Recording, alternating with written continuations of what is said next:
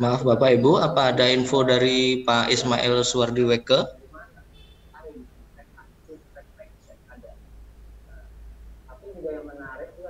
Belum ada Pak, gimana? Oh, belum ada ya. Ini saya telepon beliau juga tidak diangkat. Coba saya telepon Jangan-jangan lagi. koneksinya Pak. Oke, coba saya telepon lagi Pak.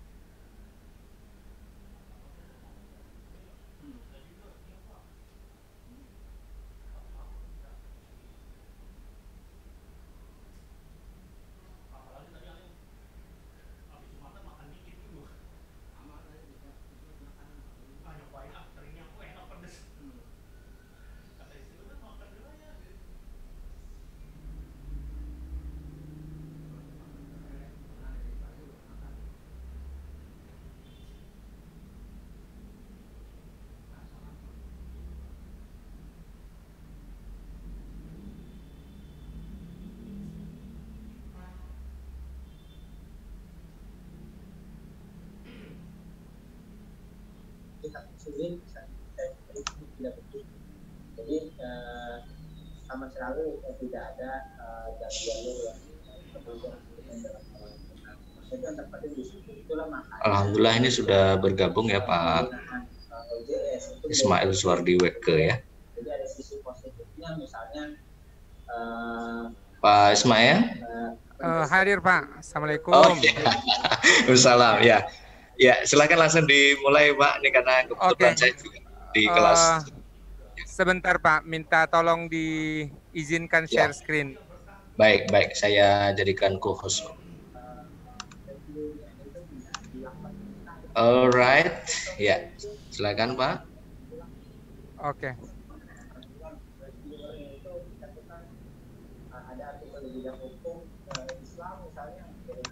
Ya. Bismillahirrahmanirrahim. Assalamualaikum warahmatullahi wabarakatuh. Bapak Ibu sekalian, mohon maaf ini kendala signal, saya lagi di desa. Ya, adapun kekurangan dari waktu kita yang tersisa, insya Allah akan saya buatkan video dalam rangka bedah jurnal Bapak Ibu. Kita masuk kepada sesi ketiga. Pada materi adalah analisis dan penyimpulan. Ya, kemudian nanti kita akan lanjutkan dalam bedah jurnalnya. Namun kemudian saya ingin mulai dari awal dulu, bagaimana proses penyuntingan secara makro. Yang pertama adalah tentu kita perlu memisahkan, walaupun kadang-kadang sukar, antara kualifikasi pengelola di mana sebagai editor kepala, anggota dewan editor, editor pelaksana, dan substansi. Namun demikian, tentu ketika Bapak Ibu juga sebagai pengelola, maka tentu harus juga menulis, karena kualifikasi para penyunting juga kemudian menjadi penilaian tersendiri dan juga penilaian para penilaian mitra bestari.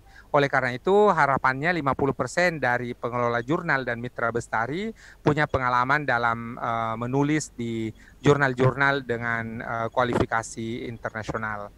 Jadi pada dasarnya sebagai pengelola kita bertanggung jawab atas 7 kelompok penilaian, kecuali pada penamaan dan pranata penerbit. Jadi selebihnya itu sepenuhnya adalah merupakan tanggung jawab ataupun kemudian kewenangan di pengelola jurnal. Lalu ini kita akan ulangi kembali walaupun secara singkat dalam 2 pertemuan terkait dengan substansi juga kita sudah diskusikan kembali, namun kita akan diskusikan terkait dengan penelahannya, terutama gaya penulisan dan substansi isi. Dalam rangkaian ini sebenarnya hanya menyamakan persepsi saja untuk butir-butir penilaian. Ya, yang pertama adalah kalau kita lihat dari bedah aim and scope, banyak sekali jurnal-jurnal yang di kelas ini itu kemudian menggabungkan antara pendidikan IPA dan IPA, pendidikan matematika dan matematika. Lalu kemudian untuk supaya kita bisa mendapatkan nilai 4 super spesialis di situ, maka atau spesialisnya nilai 3, maka yang perlu Bapak Ibu lakukan adalah membuat tema-tema di setiap penerbitan artikel. Walaupun tantangannya karena belum Sinta, maka kemudian tentu artikel-artikel yang masuk itu kemudian menjadi satu kendala tersendiri. Yang kedua adalah yang kita bisa maksimalkan terutama terkait dengan aspirasi wawasan adalah pada aspirasi wawasan internasional. Ya, ketika artikel yang ditulis ini itu kemudian lebih banyak pada referensi yang mutakhir, lalu kemudian menggunakan sumber-sumber primer, maka ini tentu akan lebih mudah mendapatkan nilai 6 di sini. Dan walaupun nanti aspirasi wawasan dalam arti para penulisnya masih dalam satu lembaga saja, namun kemudian yang kita perlu perhatikan adalah mengedukasi para penulis sehingga kemudian mereka bisa menulis dengan menggunakan referensi-referensi yang terbit di jurnal-jurnal internasional. Selanjutnya ini sudah kita diskusikan terkait dengan karya-karya orisinal. Ya, karya orisinal tentu kita terbantu dengan adanya uji Turnitin, ya, supaya kemudian tidak double publications, dan juga tentu perlu melihat jangan sampai ada penulis yang mengirimkan 2 karya, satu dalam karya bahasa Inggris, satu dalam karya bahasa Indonesia. Ini juga perlu dilihat secara detail. Ini sudah oke. Lalu kemudian kita lihat pada gaya penulisan, ya, gaya penulisan ini total poinnya ada 12, ya. Pada bahagian judul kita menghindari ada kausalitas, ada pengaruh, ya, ada kata pengaruh, lalu kemudian kata analisis dan sebagainya, ya. Boleh saja bahwa sebuah artikel itu merupakan konversi dari laporan penelitian, skripsi maupun tesis, sehingga kemudian bisa saja skripsi, tesis, disertasi ataupun laporan penelitian berbeda sama sekali judulnya dengan artikel yang terbit. Lalu kemudian nama penulis dan lembaga penulis, ya, nama penulisnya ada di antara kita di Indonesia yang namanya nama tunggal, maka kita harus buat menjadi paling tidak 2 suku kata, ya, seperti kolega kita Prof. Istadi, beliau menulisnya Istadi. Ini kemudian untuk memenuhi kriteria first name dan last name. Lalu kemudian lembaga penulis, kalau menggunakan universitas, maka universitas semuanya, tidak perlu menggunakan kata fakultas, departemen, dan sebagainya. Satu hal yang perlu kita diskusikan kembali bahwa penulisan nama universitas tidak perlu diterjemahkan, ya, tidak perlu kemudian digunakan dalam bahasa Inggris, karena ini adalah nama dan itulah yang ada dalam statuta perguruan tinggi, sehingga itu yang digunakan. Berikutnya abstrak, abstrak boleh dalam bahasa Inggris saja atau kemudian boleh bahasa Inggris dan bahasa Indonesia, ya. Kemudian ada juga yang bahkan menggunakan 3 bahasa, bahasa Indonesia, bahasa Inggris, lalu kemudian bahasa Arab, ya. Sederhananya pada abstrak ini kita harus kemudian baku ya jumlah kata yang dibuat dengan rinci sejak awal, sebagai contoh 75 sampai 100 kata, 150 sampai 200 dan seterusnya. Kata kunci inilah yang akan membantu penulis dan juga editor supaya mudah ditemukan melalui mesin indeksasi. Ya, dengan demikian sebagai contoh, kalau kita menggunakan kata kunci yang sangat general seperti pada sesi sebelumnya, kita sudah simulasikan bagaimana sebuah kata kunci yang sangat umum seperti indeks harga saham gabungan IHSG, maka ini kemudian tentu akan menjadi kendala tersendiri. Ya. Berikutnya sistematika pembabannya, baik babnya harus lengkap dan bersistem baik. Ada dua pilihan, menggunakan IMRAT ditambah CAR, ya, introduction, method, result, and discussion, ditambah dengan conclusion, acknowledgement, and reference, atau justru menggunakan gaya Studia Islamika di mana sub-sub judul hanya dimulai dari introduction, kemudian judul-judul, sub-sub judul, lalu kemudian ditutup dengan conclusion.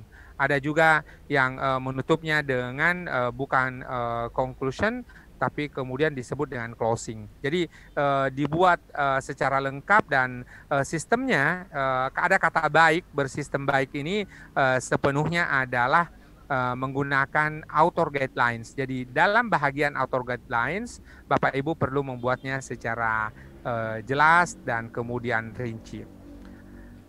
Tabel, grafik dan sebagainya dianjurkan ada, tetapi sepanjang itu mendukung untuk penulisan, termasuk membaca sebuah tabel, membaca sebuah grafik, itu boleh saja terpisah dengan penjelasannya. Oleh karena itu kita mulai ketika menyunting tidak lagi menggunakan menurut tabel di atas, menurut tabel di bawah, karena boleh saja tabelnya berada di samping. Maka kemudian gunakan angka menurut tabel 1 atau dapat dilihat pada tabel 2 dan seterusnya. Tetapi tidak lagi menggunakan kata tabel di bawah ataupun tabel di atas. Cara pengacuan dan pengutipan, ya silahkan gunakan mazhab yang sudah baku, ya seperti APA, MLA, Harvard, IEEE dan seterusnya. Tidak perlu membuat mazhab baru karena boleh jadi tidak dapat kita gunakan bersama-sama dengan manajemen referensi yang sudah ada. Lalu kemudian penyusunan daftar pustaka, karena kita yang menentukan di sini pedomannya, maka sejak awal juga kita harus mengikuti atas kecermatan dan juga ketepatan dari daftar pustakanya.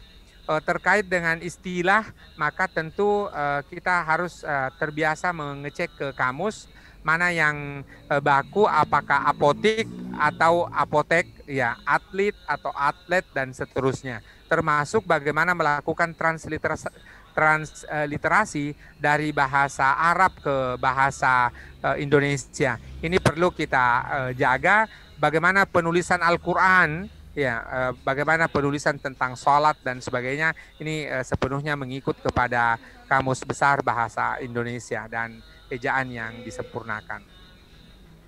Ukuran kertas kita sudah sangat paham ini, ya silahkan pilih apakah A4 atau ukuran lain yang konsisten. Ya, kalaupun ada yang mau mengubahnya, silahkan diubah di volume yang baru. Lalu kemudian tata letak, ya antar artikel, termasuk saya ingat mungkin ini belum pembahasan itu, tetapi saya ingin kemukakan sekarang bahwa penomoran halaman nanti berubah menjadi nomor 1 ketika volume baru. Jadi volume 1 nomor 1 itu umpamanya halamannya 1 sampai 100, maka volume 1 nomor 2 itu halamannya 102. Tipografi silahkan. Yang dimaksud dengan tipografi di sini adalah ketika Bapak Ibu membuat nama jurnalnya, itu kemudian di situ tanpa melihat nama jurnal kita sudah terbiasa dengan tipografinya. Sebagai contoh, kalau Bapak Ibu melihat koran Kompas, tidak melihat seutuhnya kata kompasnya, tetapi kemudian dari situ Bapak Ibu sudah dapat menerka bahwa ini adalah koran Kompas. Ini yang dimaksud dengan tipografi. Ini alur yang ketika kita menelaah Bapak Ibu sekalian, tipsnya ya. Jadi kita mulai dulu dari pendahuluan ya, lalu kemudian lihat tujuan penelitiannya ya, lalu kemudian simpulannya ya, kemudian metode, hasil pembahasan, abstrak dan judulnya. Ya, jadi tidak harus dimulai dari judul lebih awal ketika menyunting supaya kita bisa lebih mudah menentukan judul setelah melihat hasilnya. Abstrak dan judul harus kemudian dilihat secara bersama-sama supaya menjadi peluang untuk mendapatkan sitasi. Ketika judulnya menarik, maka orang akan melihat abstraknya secara detail. Ketika abstraknya kemudian memberikan deskripsi yang bagus, maka kemudian pembaca akan terus melihat pada bahagian hasil dan pembahasan. Saya juga sudah kemukakan bahwa di bagian pendahuluan ini harus menunjukkan secara tersurat langsung state of the art, acuan mutakhir, dan tujuan penelitian juga tidak perlu ada subjudul tersendiri, tetapi sangat memungkinkan untuk kemudian kita buat dalam bentuk paragraf saja. Jadi di bagian akhir subjudul pendahuluan di situ dikemukakan tujuannya, sebagaimana yang kita sudah diskusikan pada sesi-sesi sebelumnya. Tujuan boleh dalam bentuk pernyataan, lalu kemudian boleh jadi di situ juga adalah dalam bentuk pertanyaan. Setelah itu kita lihat kesesuaian antara tujuan dan simpulan. Jadi kalau tujuannya satu, maka kesimpulannya satu. Kalau kemudian tujuannya dua, maka tentu kesimpulannya ada dua. Berikutnya lagi pada bagian metode. Metode di sini tidak perlu secara detail mengemukakan pengertian kuantitatif maupun kualitatif, tetapi langsung kepada bagaimana cara mendapatkan data, melakukan validitas, verifikasi, dan sebagainya. Lalu bahagian hasil boleh jadi adalah hasil itu dibedakan antara pembahasan, ada yang membuatnya subjudul tersendiri hasil, ada yang membedakannya antara hasil dan pembahasan. Dua-duanya lazim digunakan dalam berbagai jurnal, tergantung keputusan dari Dewan Redaksi, termasuk ketika menyusun pedoman penulisan. Tentu ketika kemudian disusun pedoman penulisannya, author guidelines, maka disinilah kesempatan Bapak Ibu menetapkan gaya selingkung jurnal kita masing-masing. Lalu kemudian di situ setelah kita tetapkan, maka tugas editor, tugas penyunting untuk memastikan bahwa setiap penulis mengikuti apa yang menjadi ketentuan author guidelines. Lalu bahagian pembahasan kembali apa yang menjadi arti dari temuan-temuan. Jadi hasil kemudian memberikan bukti temuan, ilustrasi dan sebagainya, sementara pembahasan adalah memaknai temuan-temuan yang sudah dikemukakan. Dan di sini adalah tempatnya acuan primer yang mutakhir. Jadi terdapat di pendahuluan, lalu kemudian terdapat kembali di pembahasan. Abstrak atau kemudian kita juga sebut dengan sari, ya, saya ingin kemukakan kembali bahwa di sini bukan tempatnya teori, bukan tempatnya pengertian, ya. Jangan sampai ketika menuliskan abstrak ada pengertian di situ, termasuk juga adalah tidak dimungkinkan adanya sitasi pada bagian abstrak.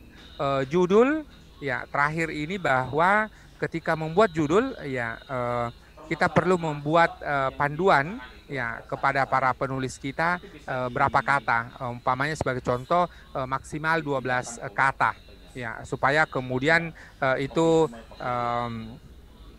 memungkinkan untuk menjadi pedoman ataupun acuan. Itu yang menjadi alur Bapak Ibu sekalian. Sebelum saya lanjut pada penyuntingan makro dan nanti pada selanjutnya akan struktur, silahkan jikalau ada pertanyaan, ada hal-hal yang dikonfirmasi atau ada hal-hal yang ingin kita diskusikan. Silahkan Bapak Ibu. Ini Pak Dedi Junaidi Pak dari Al-Kharaj. Silahkan Pak Dedi. Ini ada kasus Pak. Jadi setelah kita ubah judulnya, penulisnya protes. Pak katanya, ini judul yang naskah yang saya kirimkan itu udah saya daftarkan ke hak cipta gitu, paten sederhana. Jadi kalau Bapak ubah nanti jadi nggak ini katanya, nggak match gitu. Gimana untuk kasus yang seperti itu Pak? Oke. Jadi Pak Dedi, supaya menghindari konflik seperti ini, maka kita yang menyarankan kepada penulis untuk mengubahnya. Jadi beri catatan, tolong diubah judul ini. Itu yang pertama. Yang kedua adalah, boleh jadi penulisnya kemudian kita perlu menyamakan persepsi ini Pak Dedi, bahwa jangan sampai penulisnya menganggap bahwa artikel dari sebuah penelitian harus persis sama antara judul artikel dengan judul laporan. Ya, itulah yang menjadi dalam tanda kutip komplain penulisnya, karena dia menganggap bahwa ketika Pak Dedi mengubahnya itu kemudian mengubah paten sederhana yang sudah dibuatnya. Padahal artikel dalam hal ini artikel jurnal itu boleh saja berbeda sama sekali dengan judul artikel jurnal, berbeda sama sekali dengan laporan penelitian yang sudah dikemukakan. Maka kemudian ini tentu menjadi agenda kita semua untuk mengedukasi para penulis kita sehingga kemudian mereka bisa menulis dengan baik. Hanya saja ketika Pak Dedi mau mengubah di situ, yang kita bisa ubah Pak Dedi adalah soal bahasa. Kalau dia menulis umpamanya dia menulis praktek padahal yang baku itu adalah praktik, maka kita langsung bisa mengubahnya. Tapi kalau mengubah paragraf, mengubah judul, mengubah abstrak, maka tentu Pak Dedi hanya perlu merekomendasikan kepada penulisnya, tapi jangan langsung mengubah. Oleh karena itu adalah tentu tantangan kita bagaimana meningkatkan kualitas ini, karena setiap terbit kualitas itu dituntut sebagaimana pesan Pak Kasih, Pak Mahrus sebelumnya, bahwa jikalau terkait dengan manajemen itu kita bisa selesaikan dalam kurun waktu 1 minggu, tetapi kaitannya dengan soal-soal substansi itu akan berlangsung sepanjang hayat, sepanjang jurnal ini terbit. Apalagi kemudian tentu kehati-hatian kita terkait dengan jangan sampai menerbitkan yang terbaik. Itu jawaban saya Pak Dedi, silakan ya, Bapak Ibu yang lain.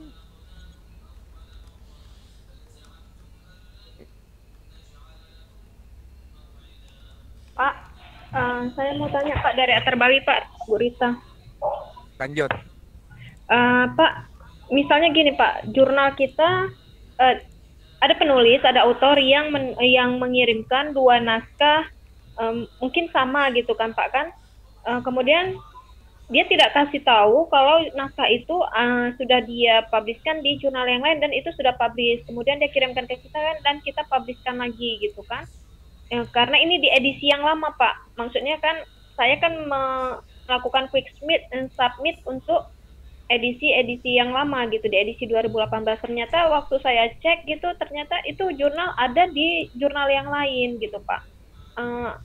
Sementara penulisnya itu sudah meninggal gitu. Jadi kira-kira jadi masalah nggak itu nanti ya Pak, artikel yang ada di jurnal kami, apakah saya harus menggantinya atau gimana itu Pak?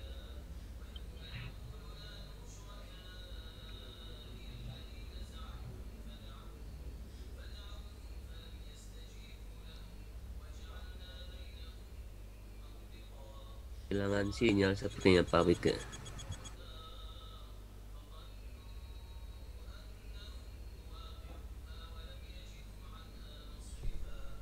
silakan Atarbawi dilanjutkan. Maaf ini signalnya terputus. Baik Pak, saya ulang lagi Pak. Jadi gini Pak, kasusnya maksudnya baru tadi malam saya tahu gitu kan Pak kan. Jadi kan saya pernah quick submit artikel yang ada di tahun 2018 gitu kan Pak kan. Saya quick submitkan dan kemudian saya indekskan ke Google Scholar gitu. Saya rapikan lagi semuanya.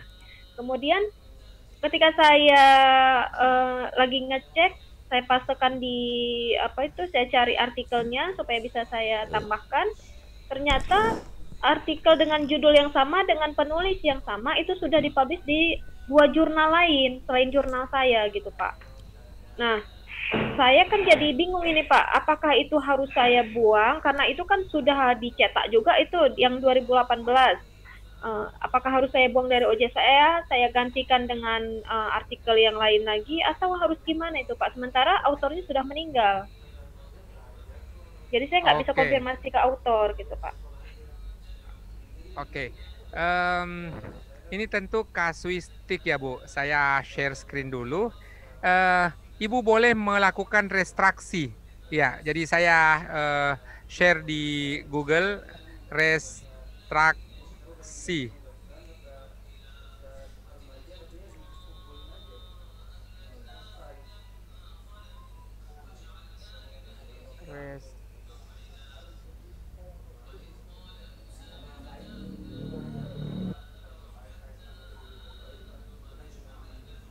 Ya, ada istilah ini Bu, kita boleh melakukan restriction. Jadi pada saat Ibu kemudian punya satu artikel yang bahkan orangnya sudah meninggal, tidak ada masalah, Ibu harus melakukan restraksi. Jadi tulis saja bahwa artikel dengan judul ini dan sebagainya itu kemudian direstraksi. Nanti kita boleh secara detail mempelajari kembali terkait dengan retraction ini, penarikan statement atau penarikan artikel yang sudah ada.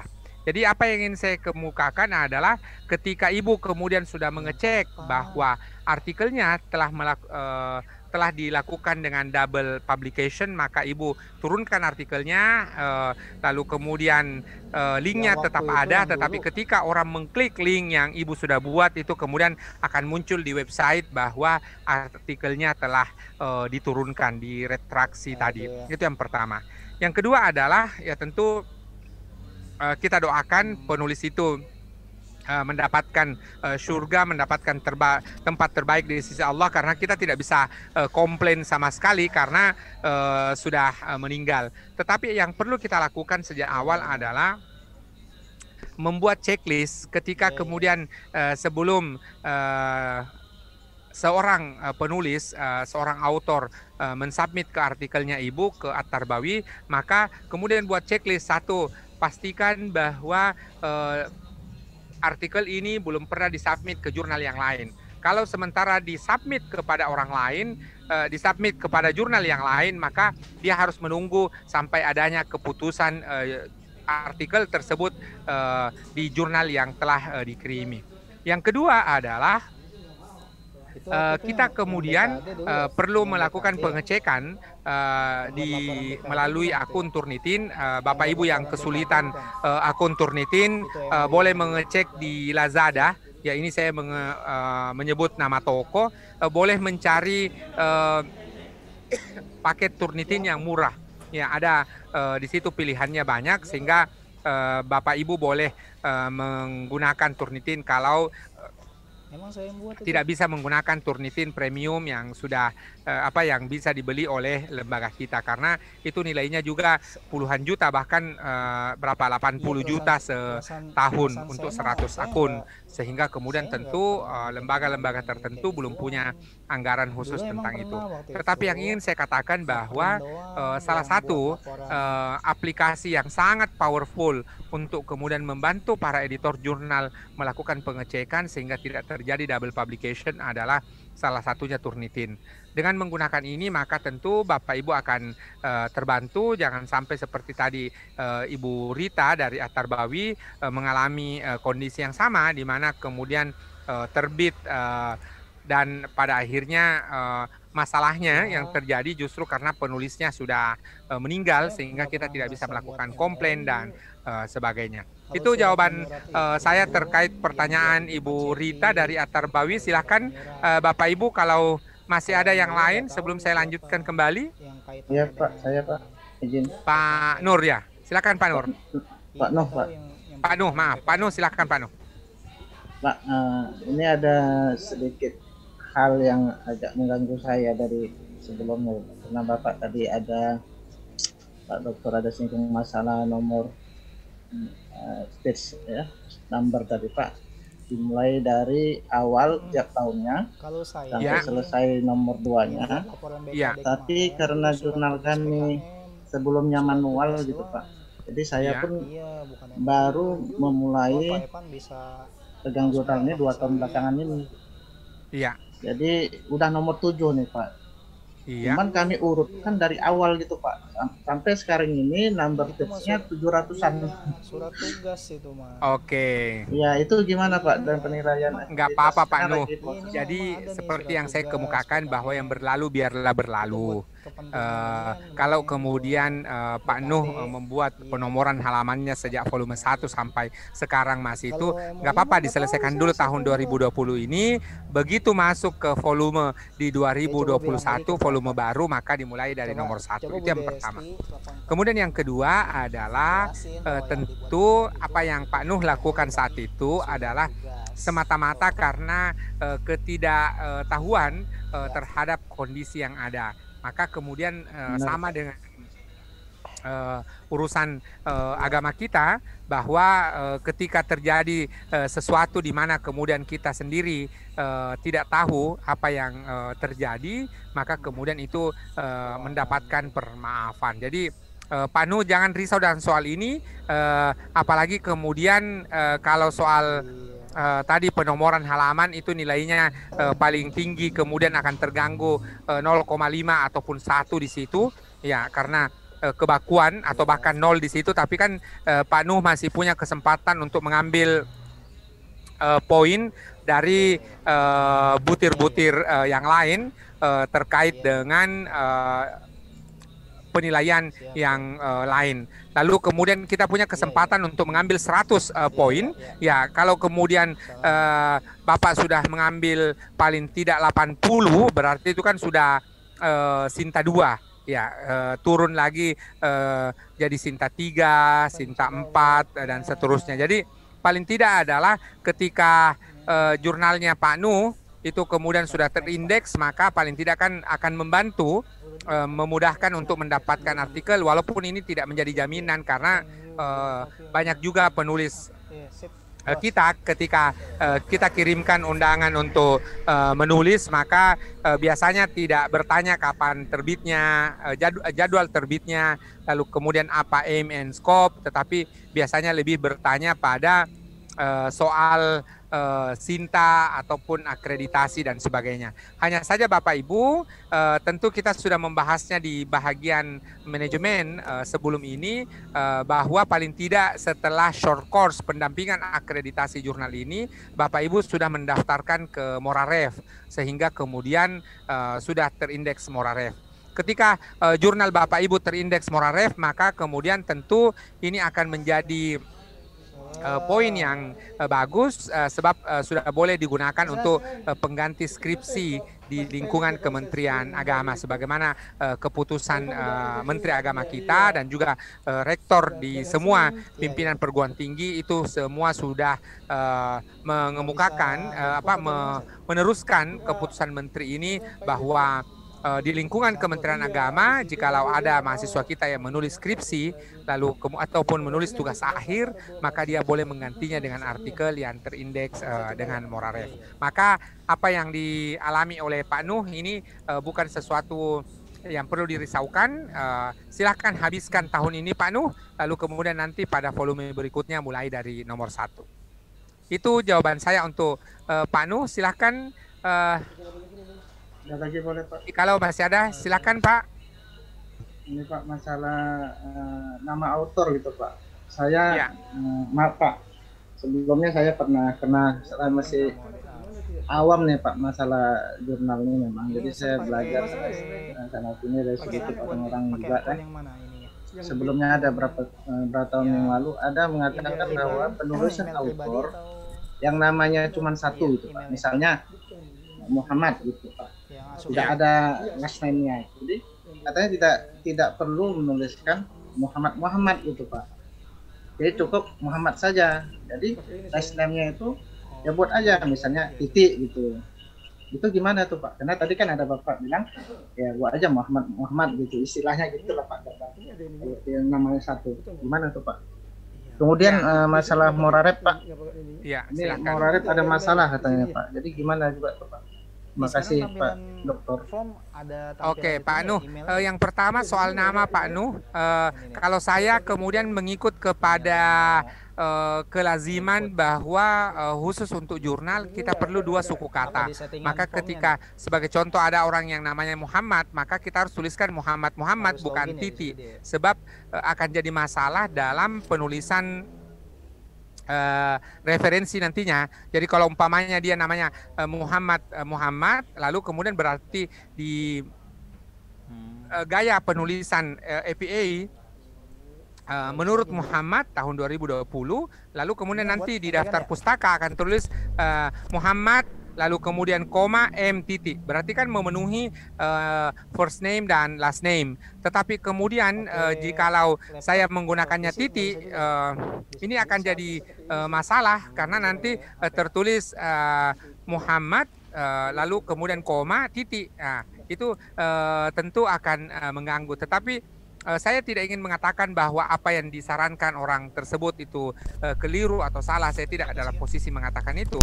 Tetapi saya ingin mengajak Pak Nuh supaya kemudian ketika dalam penulisan artikelnya nanti itu kemudian mudah terbaca dalam manajemen referensi, lalu kemudian dia akan menjadi pengutipan yang baku jikalau menggunakan nama dengan 2 suku kata. Tetapi kalau kemudian menggunakan Muhammad lalu titik, maka ini yang perlu kita carikan solusinya. Bagaimana kalau dia dalam kaitan dengan APA dan seterusnya dalam penulisan itu. Maka kemudian saya lebih merekomendasikan bagaimana ketika ada seorang yang autor memiliki nama tunggal, maka di double namanya.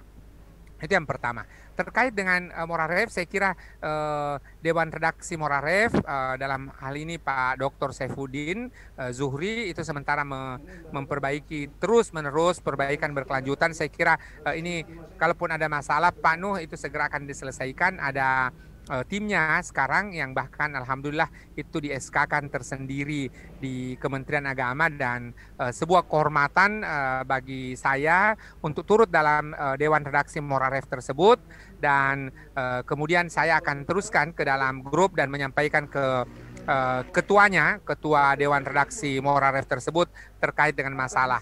Adapun masalah yang dimasukkan oleh Pak Nuh, saya ketikkan nomor WA saya di kolom chat Pak Nuh supaya kemudian nanti Pak Nuh boleh WA saya apa yang menjadi masalahnya itu supaya saya teruskan. Itu ada di kolom chat nomor WA saya, lalu kemudian email saya juga ini ada di sini di kolom chat sehingga kemudian Pak Nuh boleh meneruskan informasi kepada saya apa yang menjadi kendala atau apa yang menjadi masalah yang dimaksud lebih detail oleh Pak Nuh. Silakan Bapak Ibu sekalian jika masih ada. Baik Pak, terima kasih Pak Dokter. Ya, kalau silakan Tarbawi. Iya Pak. Jadi Pak, saya kan kalau sudah restriksi artikel tadi berarti saya nggak perlu ganti artikel yang lain gitu Pak ya, untuk edisi yang lampau gitu, karena kan bukan saya dulunya pengelolanya gitu. Iya, betul-betul. Nggak perlu saya ganti lagi Pak ya. Ya, Ibu Rita dari Tarbawi, Ibu tidak perlu mengganti sama sekali ininya Bu, artikelnya cukup direstraksi saja, diturunkan, lalu kemudian dinyatakan bahwa artikel itu diturunkan, di withdraw, ditarik, ya, dan Ibu tidak perlu menggantinya sama sekali. Justru ini menjadi contoh yang bagus bahwa ketika ada satu artikel yang bermasalah, maka kemudian editor, dalam hal ini pengelola jurnal, itu punya kewenangan untuk menarik artikelnya. Sehingga kemudian para penulis kita juga harus sangat berhati-hati. Jangan sampai kemudian mereka mengirimkan artikel ataupun kemudian mensubmit artikel yang tidak memenuhi standar ataupun kualifikasi dari sebuah jurnal. Yang kedua adalah tentu karena ini adalah sesuatu yang relatif baru, maka kemudian kita perlu mengedukasi kolega kita, mahasiswa kita, ataupun para calon-calon penulis kita, sehingga kemudian mereka bisa mensubmit artikel-artikel yang terbaik yang bisa sampai dan terbit di kita. Itu jawaban saya, Bu Rita.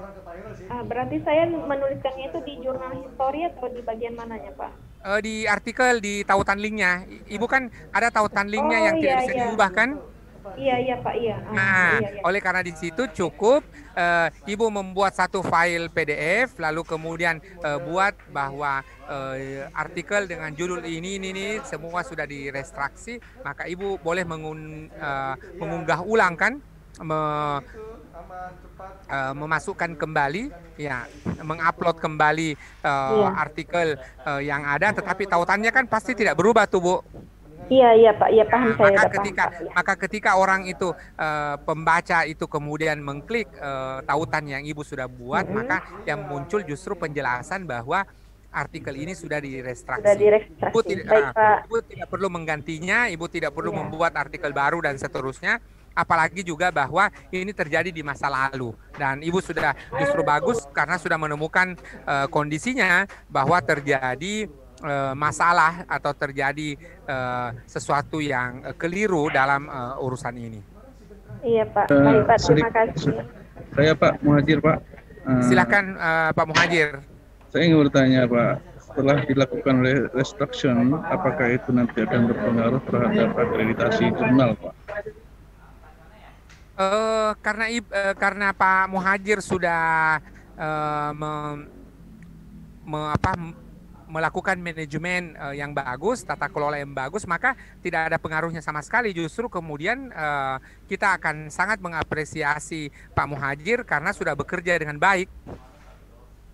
Ya, justru itu menjadi poin bagus karena Pak Muhajir sudah bekerja dengan bagus, bahkan yang namanya juga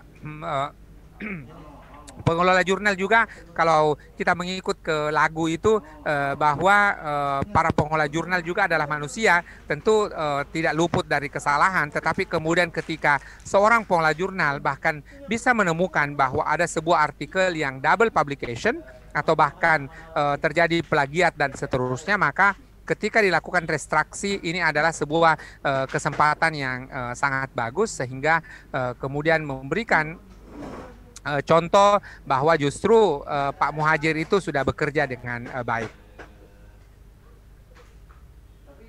Terima kasih, Pak. Ya, silahkan jikalau masih ada Bapak Ibu sekalian. Kalau belum, saya lanjutkan slide yang tadi. Kita sudah membahas terkait dengan aturan-aturan. Saya kemukakan kembali, walaupun sebenarnya Bapak Ibu sudah hatam di situ. Ya, pembahasan berikut ini adalah terkait dengan penyuntingan makro, karena tugas kita sebagai editor jurnal adalah melakukan penyuntingan. Pertanyaan-pertanyaan ini yang perlu kita kemukakan sejak awal.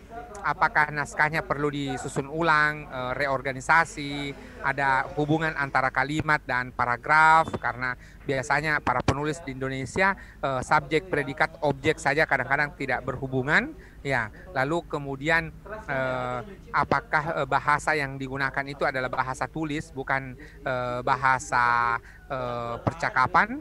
Ya, lalu kalimat dan paragrafnya yang efektif, ya, ada kata kalimat yang tidak ambigu, ya, lalu kemudian tajuknya atau heading ataupun rambunya, guide postnya juga efektif, ya.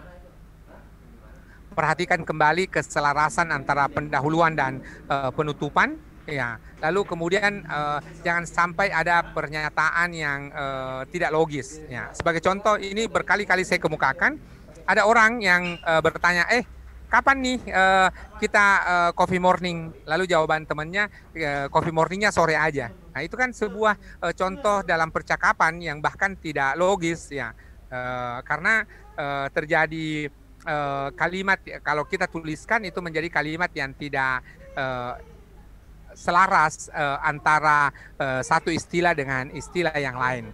Naskah jangan sampai terlalu panjang ataupun terlalu pendek. Kita sudah diskusikan pada sesi kedua bahwa ukurannya adalah ukuran jumlah kata, bukan ukuran jumlah halaman, karena kita sekarang jurnalnya berbasis online. Jadi kalau ojek saja bisa online, maka jurnal juga harus online. Jangan sampai kemudian hanya ojek saja, ya. Bahkan ini contoh yang lain, prostitusi kemudian online, sementara karya ilmiah yang mestinya juga mudah ditemukan dan dapat ditelusuri itu mestinya juga harus online. Jangan sampai ada overgeneralisasi atau sekedar bahasa statistik yang tidak punya makna, ya. Lalu catatan yang perlu juga kita kemukakan adalah jangan ada ungkapan yang terlalu rumit, ya, sehingga susah dimengerti oleh pembaca. Ini dari segi keterbacaan atau readability.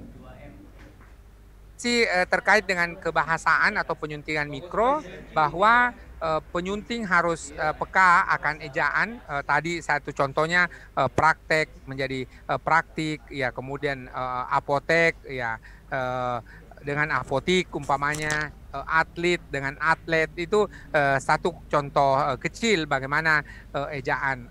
Sholat apakah SH lalu kemudian ALAT atau sholat tanpa H, itu perlu dilihat. Lalu kemudian singkatan-singkatan yang tidak lazim, ya, simpangan baku dan sebagainya. Lalu tanda baca dalam daftar pustaka itu harus kemudian diperhatikan, dan ini akan sangat mudah sekali kalau menyelesaikan masalah daftar pustaka karena ada manajemen referensi. Lalu kemudian Bapak Ibu, kita masuk kepada teknik penulisan. Ya, kita perlu melihat anatomi karya tulis ilmiah secara universal, lalu kemudian secara umum tidak ada tinjauan pustaka, maka subjudul literatur review itu tidak perlu kita masukkan dalam struktur penulisan artikel. Jadi sederhananya kita mengacu kepada IMRAT ditambah CAR, ya, introduction, method, result, analysis and discussion, lalu kemudian conclusion, acknowledgement, and reference. Saya ingin meng-highlight dalam pernyataan terima kasih ataupun acknowledgement. Ketika kemudian Bapak Ibu mendapatkan bantuan penelitian atau dana penelitian, maka akan sangat bagus sekali jikalau dituliskan nomor hibahnya atau nomor perjanjiannya, sehingga itu kemudian akan menjadi bahagian dari artikel, dan kemudian ini juga bisa menjadi pelaporan ke BPK, laporan ke inspektorat ketika kita mendapatkan dana penelitian, lalu dilaporkan juga bahwa ini adalah hasilnya.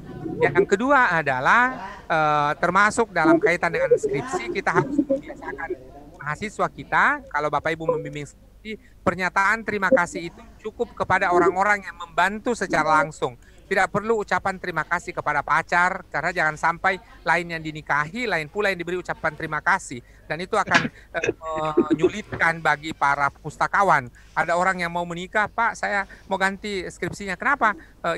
Saya mau menikah besok, sementara yang saya ucapkan terima kasih di skripsi saya si A. Ini kan menjadi pekerjaan tambahan yang seharusnya tidak harus terjadi bagi para pustakawan kita. Dengan demikian maka kemudian tidak perlu ada ucapan terima kasih kepada pacar, ya apalagi kalau Universitas Islam, di mana kemudian dalam Islam tentu kelaziman soal pacaran tadi bisa jadi pro dan kontra, tetapi kita memilih jalan yang paling aman untuk tidak memberikan kesempatan itu. Orang-orang yang berkontribusi secara langsung dalam penulisan artikel itu kita tuliskan ya, orang yang membantu tetapi tidak masuk dalam penulis bersama, tidak menjadi co-author. Ya, dalam artikel kemudian urusan suami, istri, orang tua itu tidak perlu diucapkan terima kasih. Ya, terima kasih kepada keluarga kita, suami atau istri ataupun orang tua, itu tempatnya dalam sujud.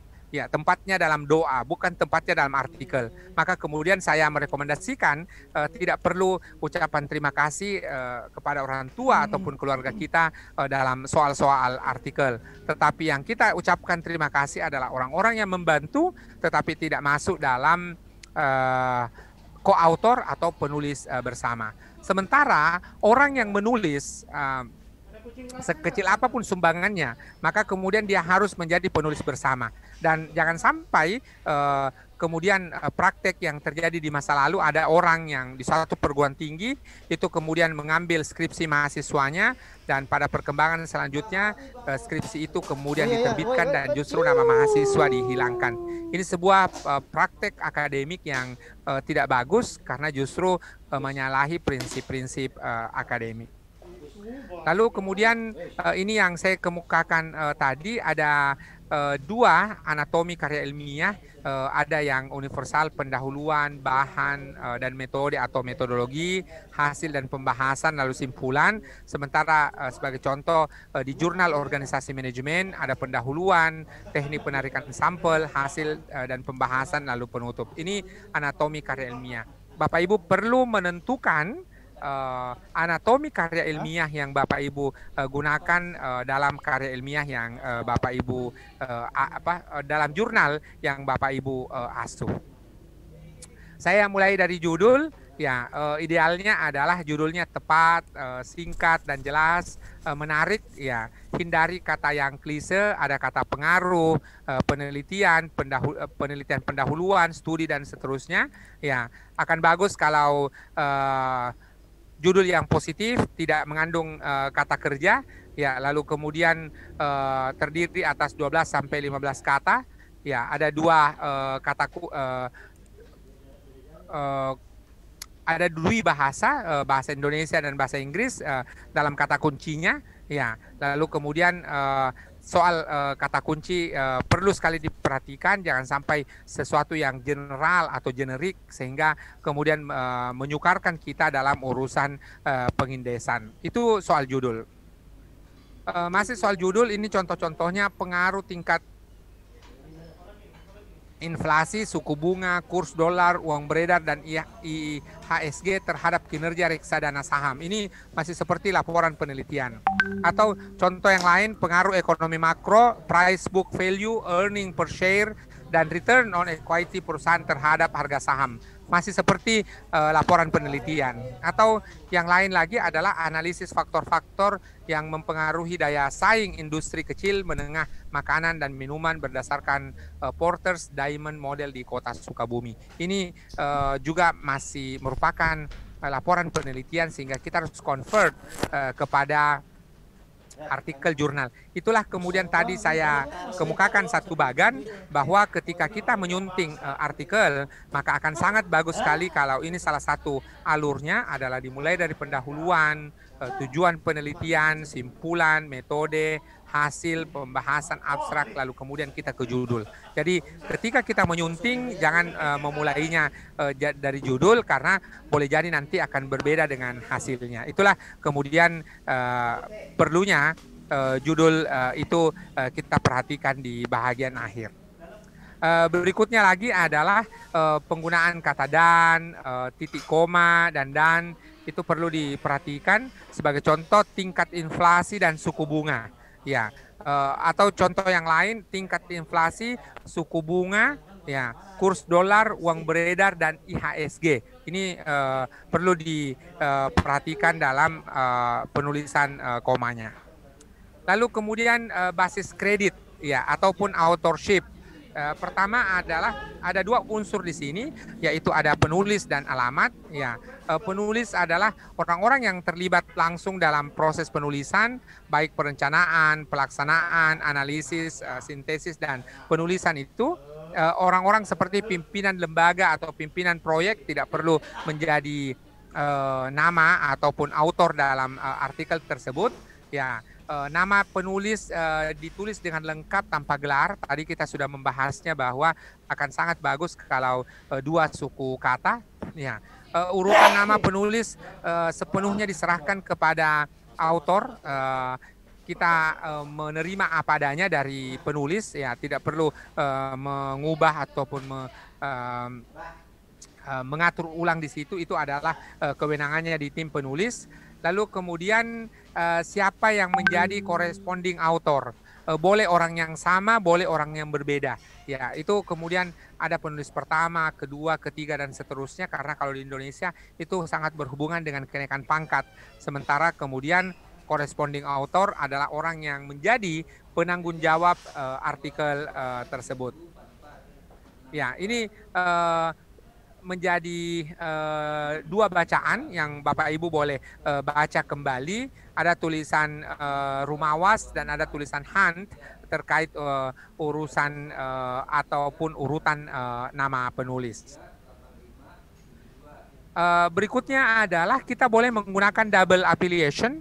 Afiliasi pertama adalah di mana kita sementara belajar, lalu kemudian di mana penulis itu sementara sementara bekerja. Sebagai contoh, ada si Fulan kuliah di Universitas Indonesia, lalu kemudian dia bekerja di IAIN Sorong. Maka kemudian boleh saja di artikelnya itu adalah sebagai penghargaan tempat studi dan juga institusi penulis dicantumkan sebagai alamat penulis. Jadi setiap penulis boleh menempatkan double affiliations, tempat studi dan juga tempat bekerjanya. Ini sebagai contoh di mana kemudian seorang penulis,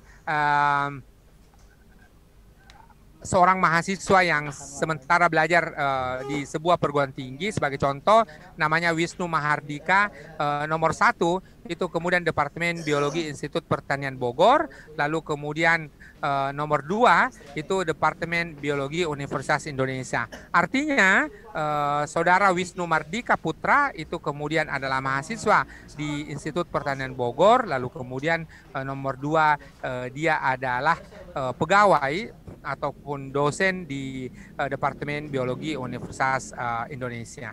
Dan kemudian justru bukan saudara Wisnu Mardika Putra yang menjadi corresponding author, tetapi corresponding authornya justru adalah Alex Hartana.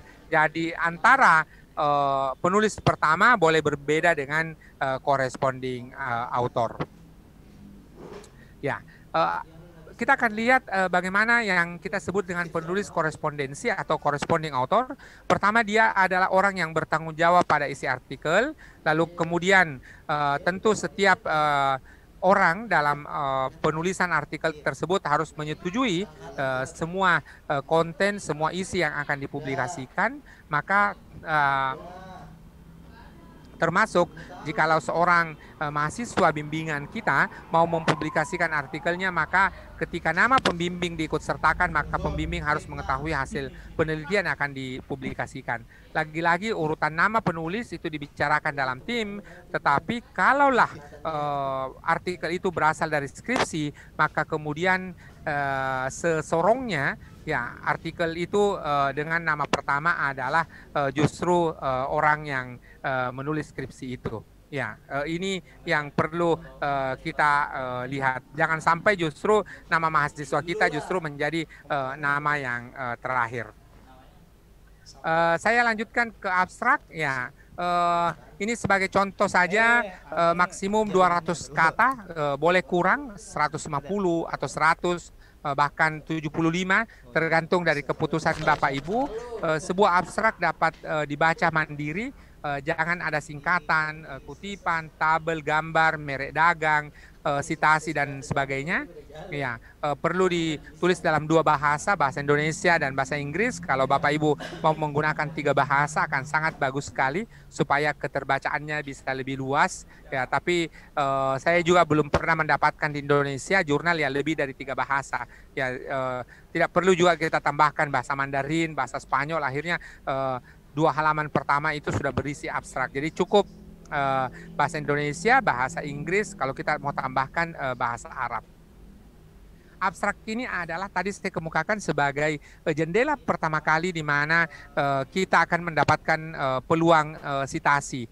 Ya, ketika abstraknya itu kemudian bagus, maka kemudian mereka akan membaca secara detail, lalu kemudian ada peluang sitasi untuk dari artikel yang kita terbitkan. Jadi sederhananya adalah ketika Bapak Ibu sudah menerbitkan artikel, maka akan sangat bagus sekali kalau kemudian setelah itu Bapak Ibu melanjutkan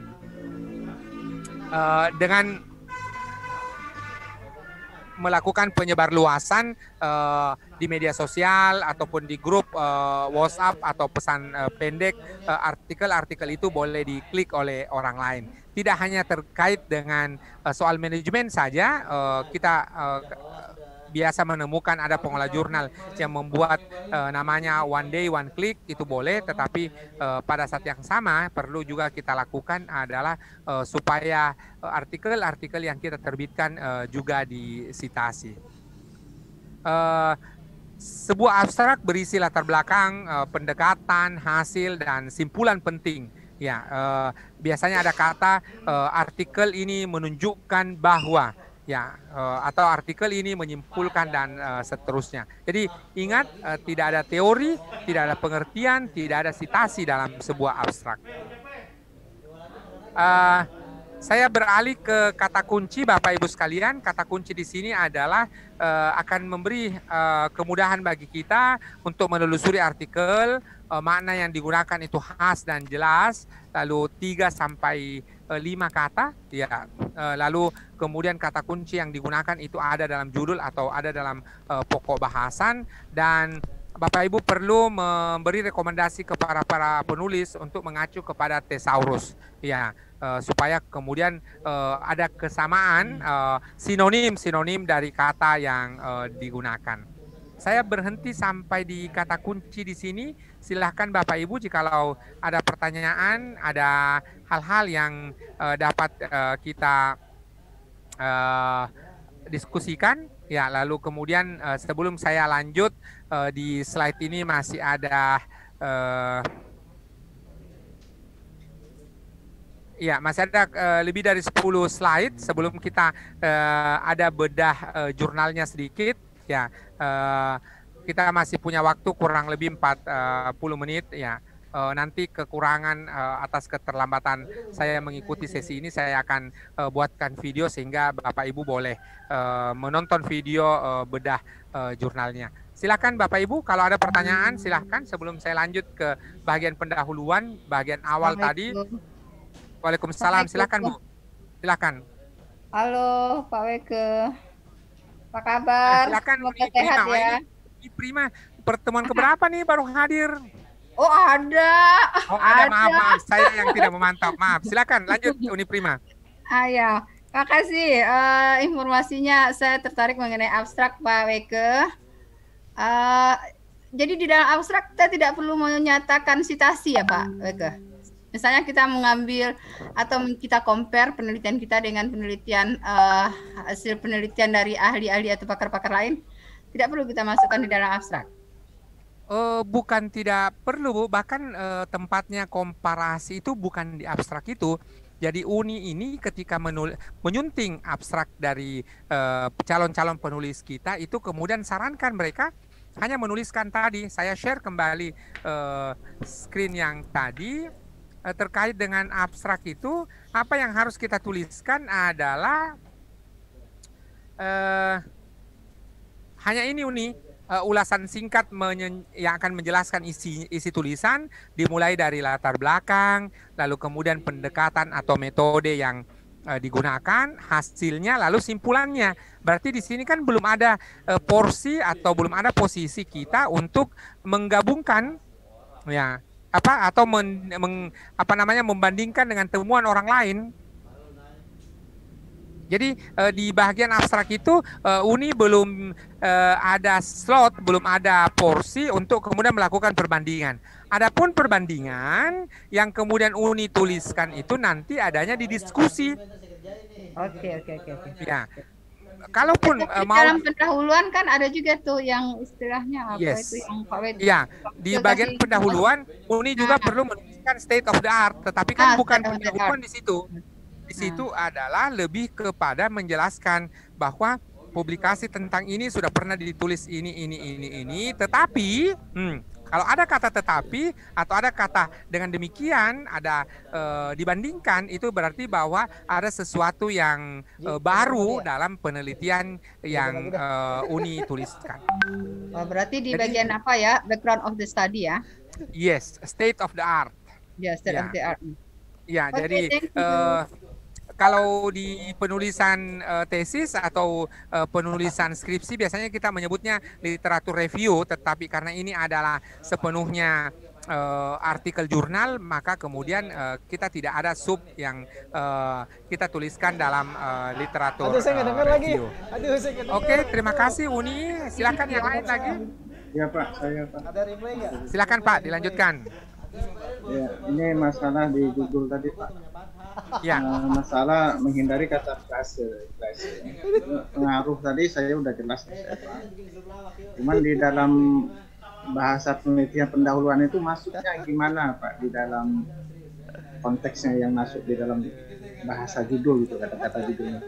Saya belum memahami penelitian pendahuluan maksudnya ke arah mana. Ya, biasanya kan begini Pak. Ketika ada penelitian yang masih dalam bentuk proposal, biasanya dalam bahasa Inggris itu kita sebut dengan early findings, penelitian awal atau penelitian pendahuluan, atau sama dengan studi kasus, atau kemudian sama dengan studi fenomenologi, atau kemudian nama-nama penelitian yang lain. Jadi termasuk kata pengaruh, studi pendahuluan, analisis, ataupun jenis-jenis penelitian tindakan kelas dan sebagainya, itu jangan menjadi judul dari artikel.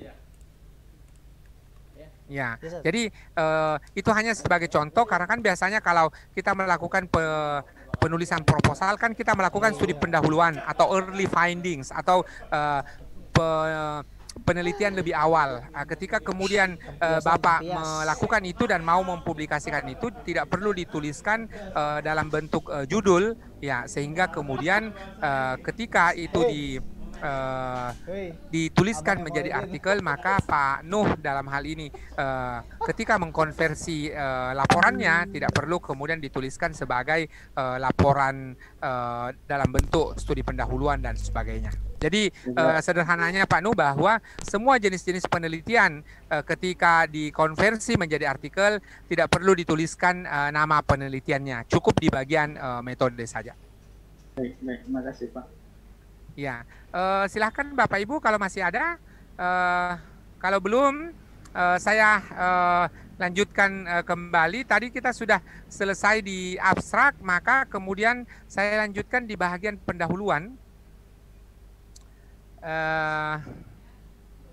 Ya, di bagian pendahuluan di sini adalah kita semua sudah memahami. Saya hanya mengulangi kembali, merefresh, menyegarkan kembali adalah pertama, mengapa penelitian itu dilakukan. Kita menyebutnya ada gap, ada Dasein and Dassolon, lalu kemudian ada gap di antara itu penelitian dilakukan.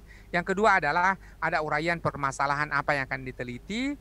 Lalu kemudian status ilmiah tentu disertai dengan sumber acuan.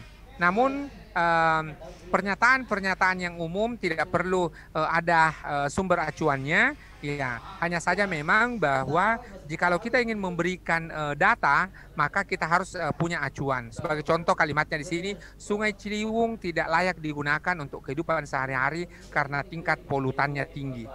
Kata tinggi tentu ini adalah merupakan opini, dan tentu kita berdasar dari sebagai contoh XYZ tahun 2002.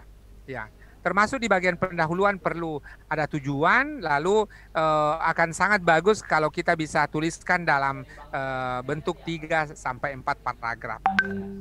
Saya ingin mendiskusikan dengan Bapak Ibu sekalian secara khusus terkait dengan opini dan fakta. Maka ketika menuliskan artikel ini kemudian berbeda sama sekali dengan antara artikel jurnal dengan artikel opini di koran. Ya, mudah-mudahan saya bisa dapat sebentar, saya ada satu slide terkait dengan itu.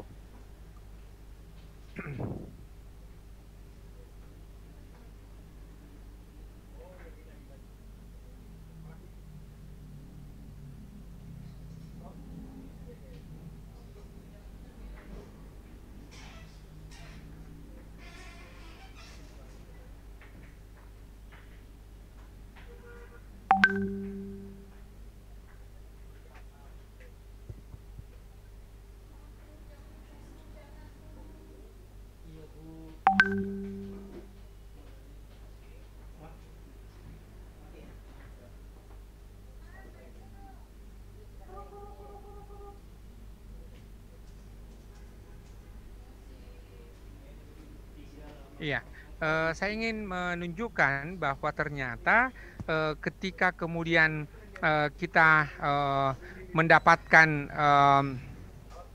penulisan sebuah artikel, sebelum itu tadi saya kemukakan soal struktur, umpamanya ada judul, abstrak, lalu kemudian ada introduction, ada method, result, discussion, lalu kemudian conclusion, acknowledgement and reference. Oleh Springer Nature, inilah yang menjadi struktur atau kadang-kadang kita sebut dengan imrat, struktur dari sebuah artikel.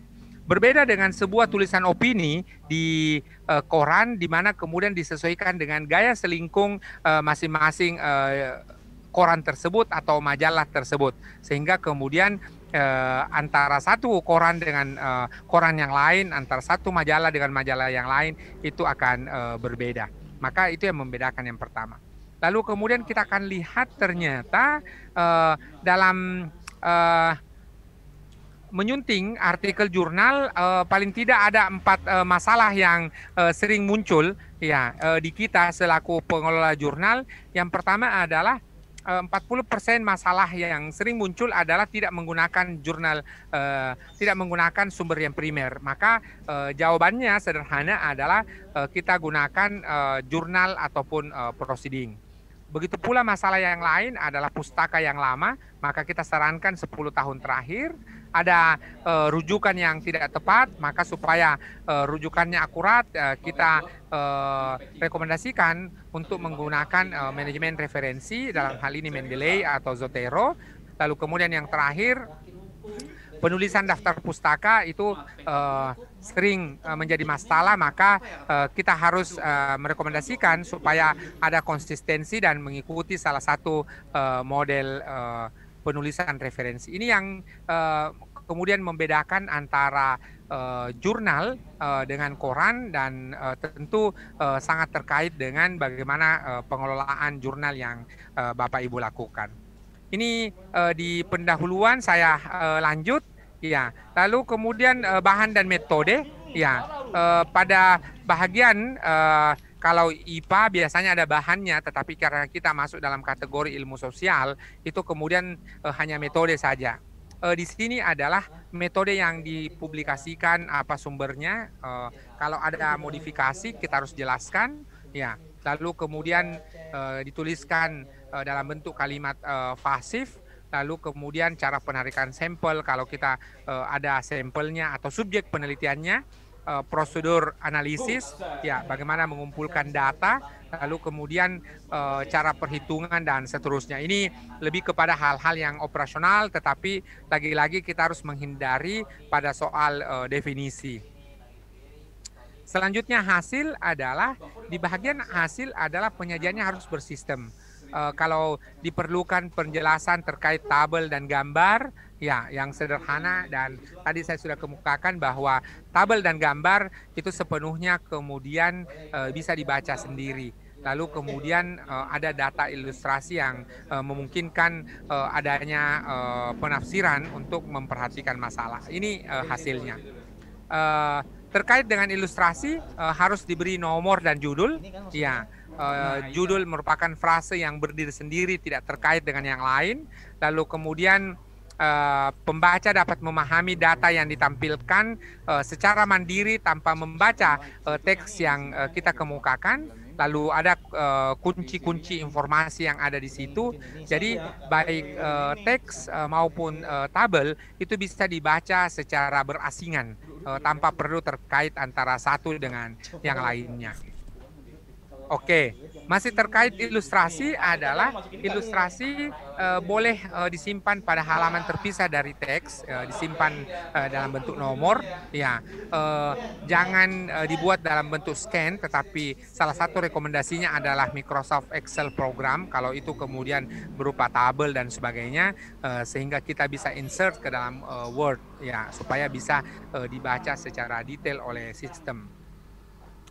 Ya, sebagai contoh di sini, ya, kita lihat ada sifat rata-rata simpangan baku sebagai contoh adalah kemudian yang garis tebal itulah yang ada garisnya, sementara yang lain tidak digunakan garis, jadi hanya garis horizontal, tidak perlu ada garis vertikal. Ya, ini contoh yang lain, ya. Jadi ada judulnya, ada nomornya, ya. Ya. Lalu kemudian paling tidak bahwa dalam penjelasan teks itu kemudian ada acuan, ya, dapat dilihat pada gambar 1, gambar 2 tadi saya sudah kemukakan, jangan menggunakan gambar di atas atau gambar di bawah. Ini dalam rangka hanya menekankan pentingnya ilustrasi-ilustrasi itu. Lalu kemudian teks juga akan menjadi penguat bagi ilustrasi-ilustrasi yang ada, terutama adalah dalam proses pembahasan. Kesimpulan yang ingin saya kemukakan di sini bahwa ketika menulis ilustrasi itu adalah penekanan pada bahagian-bahagian yang penting saja. Lalu kemudian tidak perlu mengulang-ulangi, apalagi kemudian membahas secara khusus tabel atau gambar teks yang panjang. Contoh penafsiran gambar 6, ya, tadi ada gambar 6 yang saya contohkan di sini. Ini contohnya, tanggap kedua kultivar bunga krisan dalam bentuk perubahan diameter bunga terhadap perubahan tingkat naungan mempunyai pola yang relatif hampir sama. Gambar 6. Peningkatan diameter bunga krisan yang optimum dapat dicapai dengan memberikan naungan sekitar 30%. Jadi gambar 6 bisa dibaca secara terpisah di sini, lalu kemudian teks yang ada juga dibaca secara terpisah. Selanjutnya adalah setelah hasil pembahasan, silakan Bapak Ibu memilih seleranya masing-masing, apakah hasil dan pembahasan mau digabung ataukah justru hasil dan pembahasan dipisah. Itu dua-duanya lazim digunakan. Apa isinya sebuah pembahasan adalah membandingkan hasil penelitian dengan model atau teori yang diacu, lalu kemudian di sini juga adalah kesempatan bagi penulis untuk mengemukakan pendapat dan argumentasi secara bebas, lalu menghubungkan hasil penelitian yang kita lakukan dengan penelitian yang orang lain lakukan dan sekaligus membahas persamaan dan perbedaannya. Lalu kemudian terakhir adalah kita menempatkan artikel kita dalam struktur ataupun cakrawala ilmu pengetahuan dan teknologi. Jadi disinilah kemudian kita dapat menemukan sumbangsi artikel kita bagi kemajuan ilmu pengetahuan. Terakhir, simpulan, ya, ini terakhir dalam arti tadi imrat lalu ditambah dengan C, pernyataannya pendek, ya, ataupun merupakan generalisasi dari temuan yang ada, dapat muncul 3 kali di sini dengan ungkapan yang berbeda, pembahasan, simpulan, lalu abstrak, walaupun isinya sama tetapi merupakan paraphrase yang ada. Lalu kemudian walaupun ini adalah pekerjaan pribadi kita, tetap saja kita harus objektif dalam membuat tafsiran-tafsiran ataupun penjelasan. Jangan sampai kemudian justru kita memanipulasi kesimpulan yang kita lakukan. Ucapan terima kasih tadi saya sudah kemukakan, saya ingin membahas sekali lagi, ditulis secara formal siapa sponsor dananya, nomor kontrak, dan betul-betul hanya orang yang terlibat, konfirmasi kepada yang bersangkutan, tetapi jangan juga terlalu berlebihan, cukup secara formal terima kasih kepada si A yang sudah membantu dalam penyuntingan umpamanya, tetapi sumbangsinya tidak sampai pada co-autor atau orang yang menulis bersama. Ya, demikian Bapak Ibu uraian saya terkait dengan analisis struktur dan juga proses penyuntingan pada sesi ini. Sekali lagi kita masih punya waktu kurang lebih 20 menit sebelum kita akhiri, dan adapun khusus untuk keterlambatan saya nanti akan saya buatkan video dalam bentuk bedah jurnal. Sebelum saya lanjut ke jurnal yang akan kita bedah, ya maka kemudian silahkan kalau ada pertanyaan terkait dengan apa yang saya utarakan tadi, ataupun mungkin jangan sampai ada yang saya kemukakan itu keliru, itu sangat terbuka untuk juga dikoreksi. Silakan Bapak Ibu.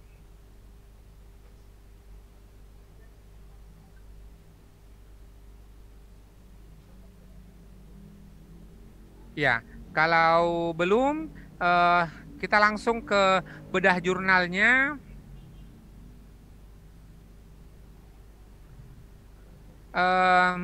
Coba kita kemarin Laroiba sudah. Ya, kita mulai dari sini. State Al-Ittihadiyah Labura.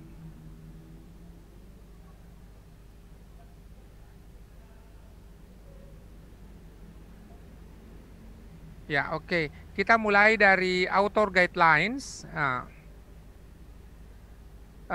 State Al-Ittihadiyah Labuhan Batu Utara. Ini petunjuk pengiriman naskah. Ya, sudah bagus. Ada tulisan karya orisinal.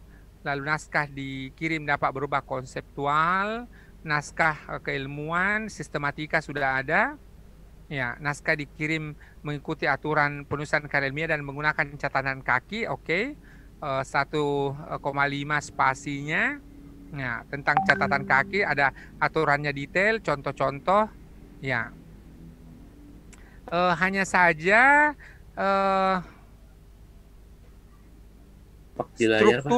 strukturnya. Silakan siapa? Ada ininya, ada pengelolanya ini Al-Fatih. Jurnal Pendidikan dan Keislaman, kalau ada. Yang belum ada di nomor 4 strukturnya. Apakah struktur menggunakan imrat atau hanya pendahuluan, subjudul, penutup? Ya, di mana tempatnya secara detail. Ada dari jurnal Al-Fatih. Kalau belum bergabung, saya lanjut ke jurnal yang lain. Ya, jurnal apa ini?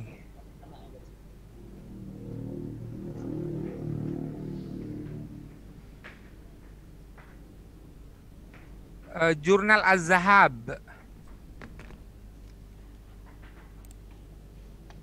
Jurnal Az-Zahab. Kenapa sih? Buka. Oh. Iya, emang susah. Mana jurnalnya? Gitu. Al-Qalam, Al-Ilmi. Set deh mah gantinya.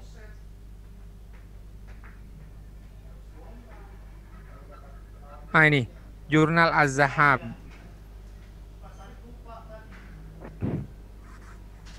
Ya, kita lihat author guidelines, panjang artikel, oke. Wah, ini ada yang dari jurnal Az-Zahab, terlalu panjang ini, 8.000 kata. Ada Pak. Silahkan, jurnal Az-Zahab. Ya.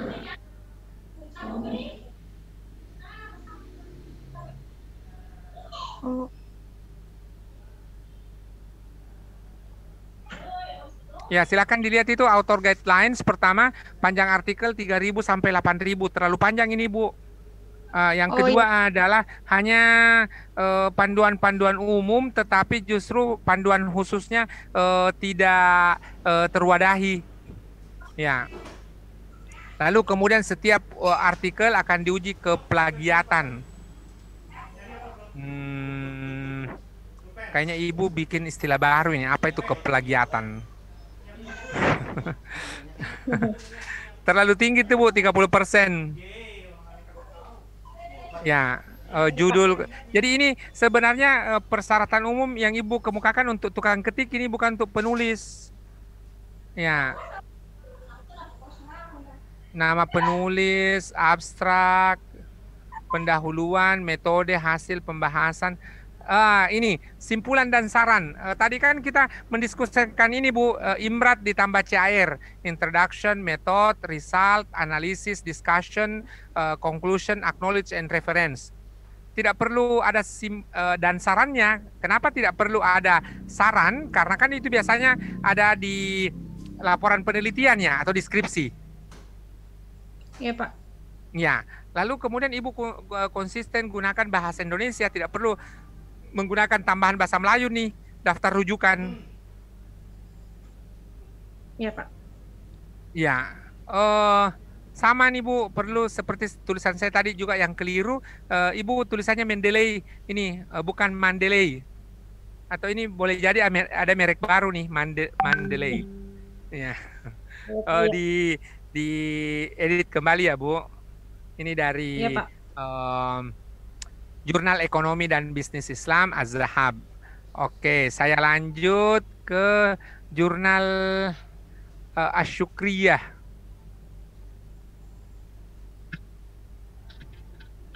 Ya, Pak Wege. Ya, kita lihat instruction for authors. All paper must be in English. So you don't accept any paper in Arabic, in China, and in Bahasa. Ini ada kesalahan Pak Wege, nanti kita ganti. Jadi kita juga menerima Indonesia, Inggris, dan Arab. Oke. Jadi nggak apa-apa, nanti masih ada peluang untuk di ini. Manuskrip dalam MS Word, oke.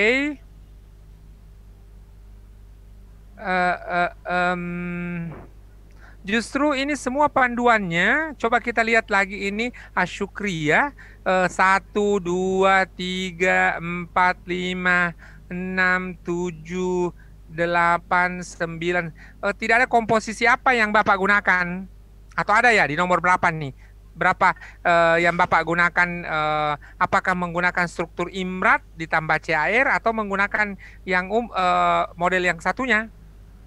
Tidak ada, Pak, tidak ada. Nah, itu perlu ditambahkan ya, Pak. Ya, oke. Ya, jadi jangan terlalu banyak pedomannya, tapi justru tidak menyentuh kepada hal yang substansial, tapi hanya kemudian basa-basi. Hati-hati kalau basa-basi bisa busuk itu. Ya. Ya, oke, terima kasih Jurnal Asy-Syukriyah. Kita lanjut ke Jurnal Al-Banar. Kita lihat.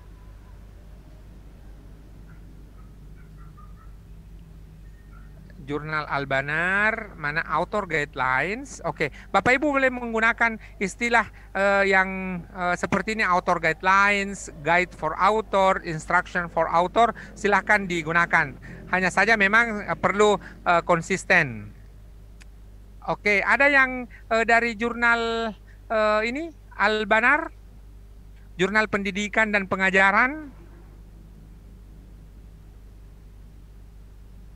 Ya, sama kurang lebih kemudian semua informasi yang dikemukakan justru informasi yang tidak substansial, ya, belum pernah terbit, menggunakan Word, ya, kemudian 12 poin dan seterusnya. Lalu dalam versi bahasa Indonesia dikemukakan lagi artikel apa saja yang diterima. Ini sudah ada template-nya, ya. Lalu kemudian judulnya 10 hingga 14 kata, abstrak, referensi tidak disebutkan dalam abstrak, oke. Belum ada juga komposisi. Ya, ini perlu diperbaiki. Ada dari Albanar, kalau tidak ada saya lanjut. Berikutnya androgogi.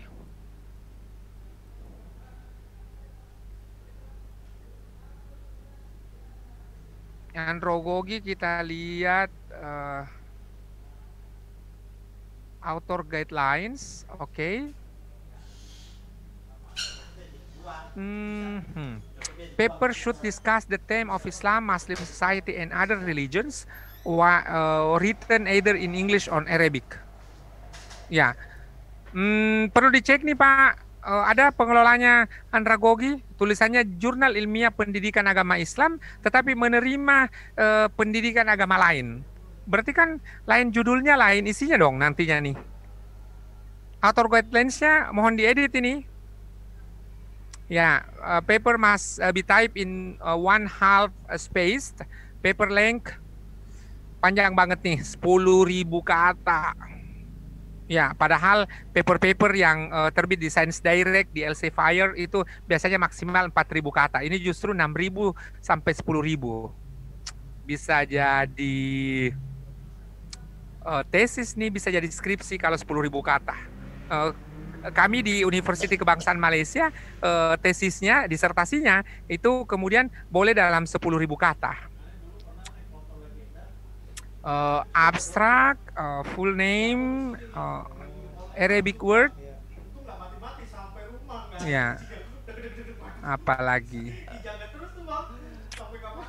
Ini pengelola jurnal Andragogi, tolong diedit lagi, belum lengkap, lebih banyak pengantar seperti yang saya sampaikan tadi, lebih banyak pada basa-basinya, ya, justru detailnya yang tidak ada. Saya lanjut ke ada Ibu Syamsiah dari Jurnal Liko? Ada Pak. Oke. Kita lihat ya Bu Syamsiah, Jurnal Pendidikan Islam. Alhamdulillah sudah Google, sudah Crossref, sudah WordCat, Dimension, Base, sudah Prod, mana pedoman penulisannya.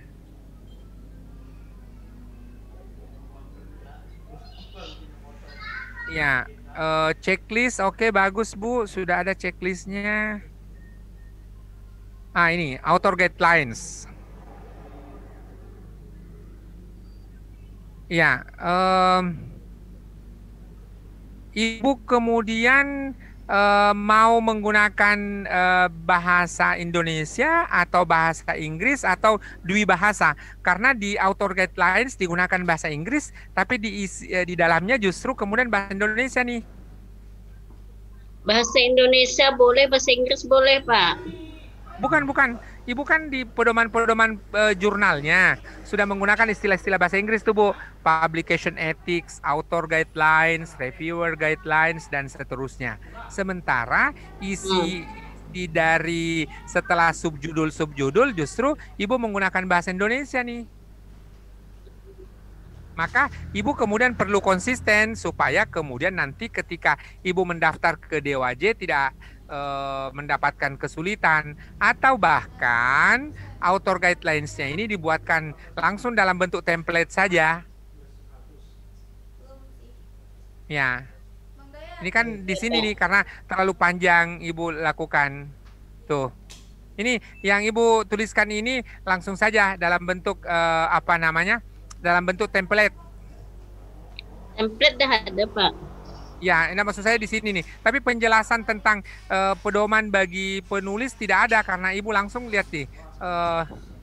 Lihat di author guidelines langsung contoh paper, judul, penulis pertama dan seterusnya. Kan belum ada petunjuknya tuh, Bu.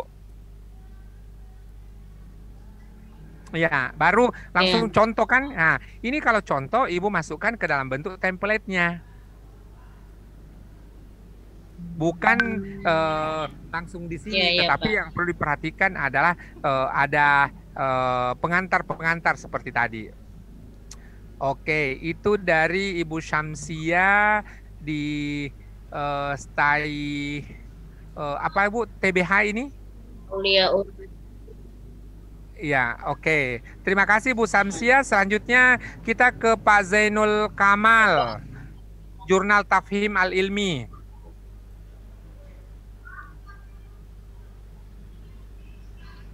Ada Pak Zainal Kamal?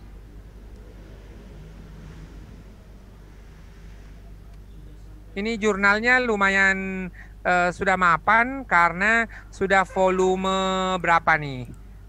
Volume 12, berarti paling tidak sudah 12 tahun jurnalnya. Stit Akida Usmuni, ya di mana nih? Di Sumeneb, Jawa Timur. Kita lihat panduan penulisan. Oke. Ada panduan penulisannya. Semua naskah dipertimbangkan pemuatannya dengan kriteria. Oke, naskah terdiri dari judul, abstrak, kata kunci, panjang. Nah, ini Pak Zainul masih perdebatan antara panjang halamannya. Oleh karena itu, lebih bagus gunakan jumlah kata. Daftar pustaka, naskah ditulis, ya. Lalu kemudian paling lambat 1 bulan sebelum penerbitan. Wah, kapan Bapak melakukan reviewnya, kapan melakukan penyuntingan dan sebagainya. Kalau kemudian 1 bulan, ya. Jadi informasi tentang 1 bulan itu kemudian tidak perlu dicantumkan, Pak Zainul. Oke, setelah Pak Zainul kita ke Ibu Novitasari Vygotsky, Jurnal Pendidikan Matematika dan Matematika.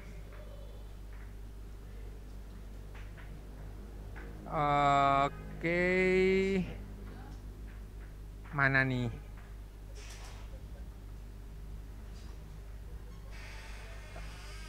Pedoman penulisan, oke. General Author Guidelines, ada Ibu siapa tadi? Ibu Novitasari ada hadir? Iya, Pak. Oke, Bu Novita, coba diperhatikan kembali. Kan Ibu dari awal rambu-rambunya menggunakan bahasa Indonesia. Iya. Lalu kemudian ketika masuk ke dalamnya, kebalikan dari Ibu yang satu tadi. Kalau Ibu yang satu tadi justru rambu-rambunya berbahasa Inggris, tapi isinya berbahasa Indonesia. Sementara Ibu rambu-rambunya berbahasa Indonesia, isinya bahasa Inggris. Ini perlu konsistensi nih, Bu. Oh gitu, berarti lebih baik untuk bahasa Indonesia saja ya Pak ya? Tidak ada lebih baik atau saya membandingkan, hanya konsistensi saja. Oh, Jadi kalau Ibu menggunakan rambu-rambunya bahasa Indonesia, maka isinya bahasa Indonesia. Kalau rambu-rambunya bahasa Inggris, maka isinya juga bahasa Inggris. Oke, Pak.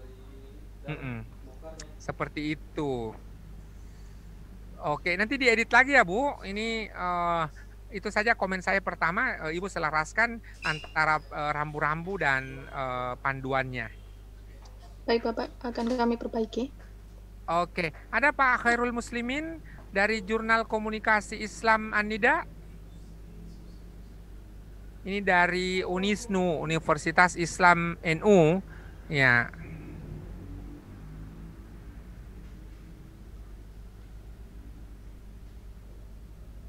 Ya, Fakultas Dakwah dan Komunikasi Universitas Islam Nahdlatul Ulama Jepara.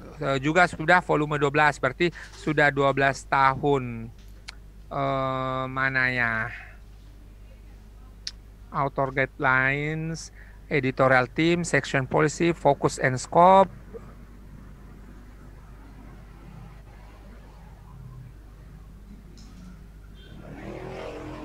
Ya, ini untuk Jurnal An-Nida, mohon dicek kembali untuk konsistensi.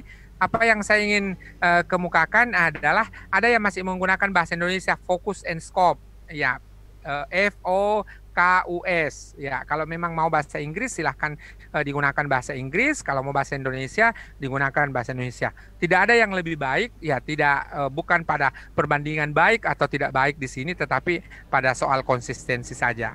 Terakhir kita lihat Jurnal Kariman, Pak Siful Arifin. Pak Siful ada?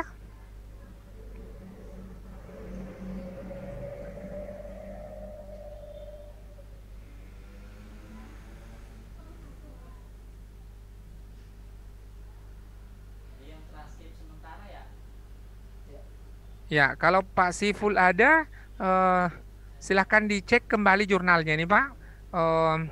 Sepertinya servernya agak bermasalah, tidak bisa diakses, ya, sehingga kemudian respon servernya sangat lambat sekali. Ya, itu mungkin apakah kapasitas hostingnya yang ditambah atau mungkin boleh jadi kalau itu terkendala maka kita boleh pindah server ya atau pindah hosting. Ya, demikian Bapak Ibu pertemuan kita pada sesi manajemen sore hari ini. Silahkan. Pak, nggak semua jurnal dibahas ya Pak? Sudah mau Isya sepertinya di tempat saya buatkan. Oh iya Pak, makasih Pak. Ya. Nanti karena akun ini juga akan dipakai pada kelas selanjutnya ya, karena masih ada satu kelas setelah ini di kelas E. Nanti saya akan buatkan video yang belum dibahas itu dan juga tadi untuk memenuhi kekurangan tadi. Bapak Ibu sekalian, demikian pertemuan kita sesi kali ini. Mudah-mudahan yang saya beri catatan-catatan mohon dicek kembali. Tentu hanya saya melihatnya sekilas saja, tetapi tentu Bapak Ibu perlu melihat satu catatan saya, konsistensi. Kalau bahasa Indonesia semuanya, kalau bahasa Inggris semuanya. Lalu kemudian jangan dicampur, ada tadi yang bercampur antara fokus FOKUS, lalu kemudian scope ditulis dalam bahasa Inggris. Demikian Bapak Ibu, mohon maaf atas segala kekurangan. Saya kembalikan ke host, silakan. Terima kasih Pak Ismail. Baik Pak Ismail, terima kasih. Ini dengan kondisi jaringan dan seterusnya ini masih meluangkan waktu ya untuk kita semua, dan saya rasa banyak sekali masukan-masukan. Adapun yang belum dibedah, saya rasa masih ada pertemuan berikutnya Pak Ismail kan? Masih ada pertemuan Pak Anton, hanya saja saya akan buatkan video khusus terkait dengan ini dan saya akan share ke kawan-kawan supaya mereka langsung boleh lihat, dan pada pertemuan selanjutnya kita berpindah ke topik yang lain. Baik. Ya, terima kasih sebelumnya nih Pak Ismail. Pak Iwan masih ada situ Pak? Pak Iwan? Wah, sepertinya udah kemana Pak Iwan ya? Baik, karena waktu di situ sudah mau Isya ya, Pak Ismail ya. Luar biasa ini. Baik, Bapak Ibu sekalian, mohon bisa kita maklumi juga kondisi Pak Ismail.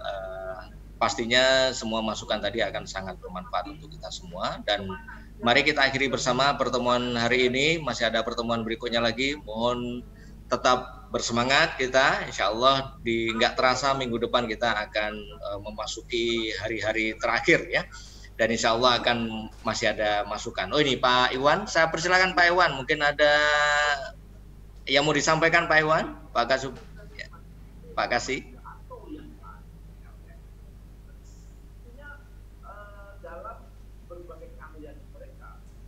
Di unmute Pak. Assalamualaikum warahmatullahi wabarakatuh. Assalamualaikum. Para peserta short course yang berbahagia serta para narasumber yang kami hormati, tak terasa memang hari ini merupakan hari yang ke-7 ya, hari yang ke-7, dan kami berharap bahwa dengan bertambahnya hari juga makin juga bertambahnya pengetahuan yang Bapak Ibu sekalian dapati dari acara short course ini. Jadi kami berharap bahwa dengan mengikuti acara short course kita pada sore hari ini, bahwa nanti akreditasi yang ataupun jurnal yang Bapak Ibu tulis itu bisa meningkat, bisa masuk ke dalam Sinta. Baik itu Sinta 5, Sinta 4, ataupun Sinta 3. Baik Bapak Ibu sekalian, masih ada beberapa hari lagi terkait dengan short course ini, dan kami berharap bahwa Bapak Ibu sekalian tidak bosan dan tidak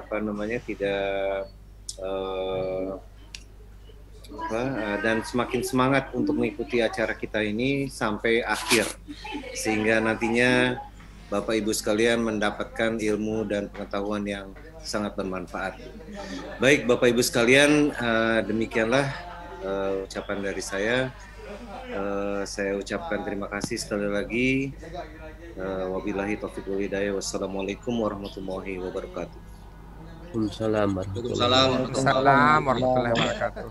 Terima kasih Pak Iwan, terima kasih Pak Ismail, terima kasih Bapak Ibu semua yang masih bersemangat sampai jam 5:30 ini. Mari kita akhiri bersama dengan hamdalah. Alhamdulillahirabbil alamin. Alhamdulillahirobbilalamin. Assalamualaikum warahmatullahi wabarakatuh. Waalaikumsalam warahmatullahi wabarakatuh. Terima kasih Pak Weke. Terima kasih Bu, Bapak sekalian Panton, saya pamit. Ya, sama-sama Pak, makasih terima kasih Pak Ismail.